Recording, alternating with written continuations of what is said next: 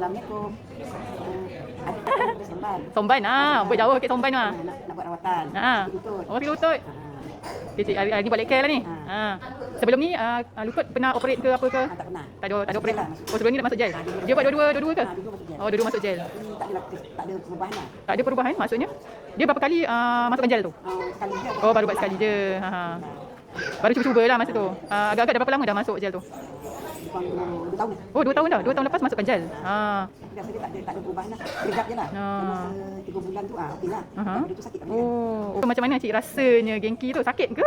Tak sakit. Oh, sedap ke? Macam denyut lah. Berdenyut Cik, denyut. Rasa sikit kan. Tapi dia intensiti dia boleh adjust lah. Sebab Akif pun kita tak bagi tinggi sangat lah sebab baru first time kan.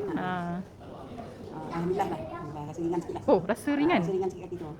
Kalau tak kaki tu rasa macam mana? Dia macam perih lah. Perih? Bluetooth tu. Oh. Rasa macam perih kaki. Dia kan dah bengkok kan. Dia tak berat dia.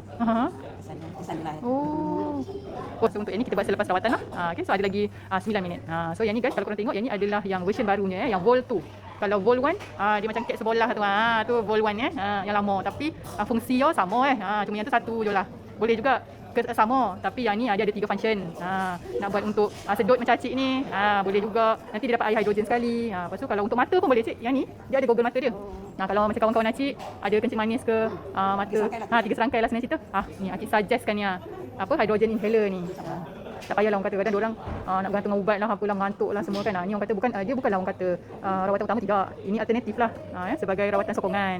Even kalau kanser pun boleh cik. Doktor lepaskan untuk ni. Sebab kami ada orang kata testimoni yang mana kanser, doktor benarkan bahawa hydrogen inhaler ni masuk ke dalam hospital. Boleh. Sebab dia molekul yang paling halus sekali. Dia tak ada mengandungnya apa orang kata benda asing-asing pelik-pelik ke, tak ada.